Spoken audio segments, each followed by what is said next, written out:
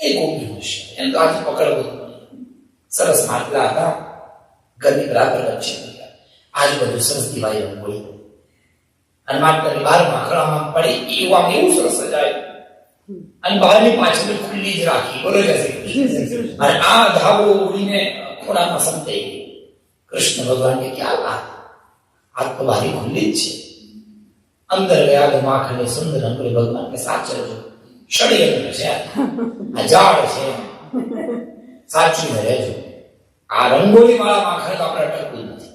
એ સિવાય બીજું કઈ માખણ હોય તો બરાબર છે. અંદર ગયા રંગોળી વાળા માખણને જોયું, આમાં માખણ આને ન થયું. છીકા લટકાયા હતા, અરે પાછા ચાલુ ઉપર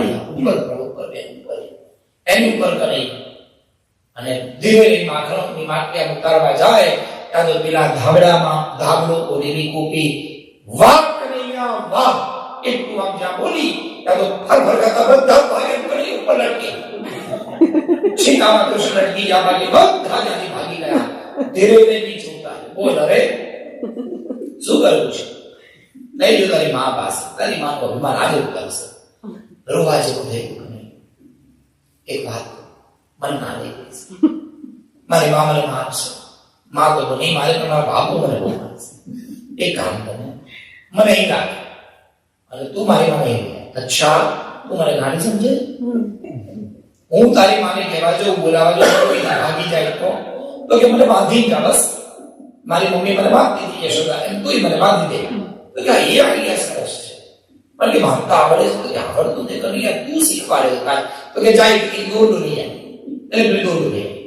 હવે તો કે જો કોઈને પણ બાંધવા હોય તો પહેલા થાંભલે એક દોરડું બાંધવાનું છે. ભાઈ જેને બાંધવાનું એને ઉભા રાખવા. ચાલ તું ઊભી રહેજો એટલે એને ઊભી રાખી. જો દોરડું અહીંથી શરૂ કરવાનું, પહેલા હાથ અંદર કર. જો હાથ બહાર હોય તો એ દોરડું છોડી દે. હે ને? તું હાથ અંદર કર એટલે પેલી બિચારી હાથ અંદર કરે. અને પછી 1 રાઉન્ડ ને 2 રાઉન્ડ ને 3 રાઉન્ડ ને 4 રાઉન્ડ કરતા કરતા છીક પગે પાછા ઉપર આવતા પાછી બરાબર કાઢ. હવે તું હરીને જો હલાય છે તો કે ના. હાથ તારા બહાર નીકળે છે તો કે ના.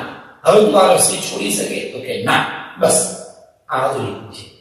આવી રીતે બાંધવાના કે રસ્સી છોડી જ ના શકે. રાત્રે 11 વાગ્યા સુધી આમ ધીરે એ રીતે બાંધવાના. આવડી ગયું તો કે આવડી ગયું. ગોપી કે હવે તું કામ કર, કારણ મને છોડ હું તને બાંધું. કે તું ગાડી છે, હું ગાડો નથી.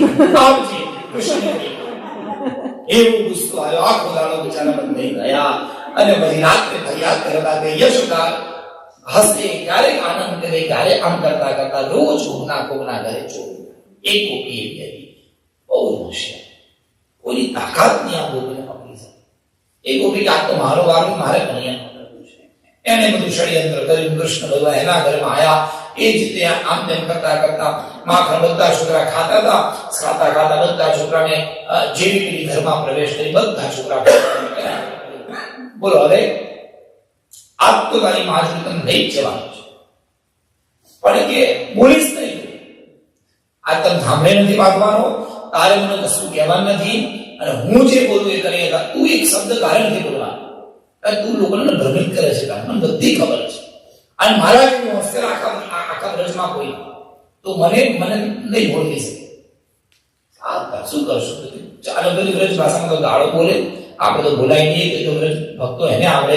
અને સાહેબ આ તો બોલવાનું શરૂ કર્યું અને બધી બ્રજ ભાષામાં બોલતા બોલતા બોલતા બોલતા કનૈયાનો હાથ ચલતારી માણસ ગામમાંથી નીકળ્યા ચાલતા ચાલતા. અને પેલી એટલું બધું બોલે એનો મોં બંધ જ ના થાય. ભગવાન આને બધું આપે પણ બંધ થવાની સ્વિચ નથી આપે. બોલ્યા જ કરે તું સાંભળે નહીં. વચ્ચે ગામનો પાદર આવી એટલે કૃષ્ણ કે ચૂપ, સાંભળ શું છે?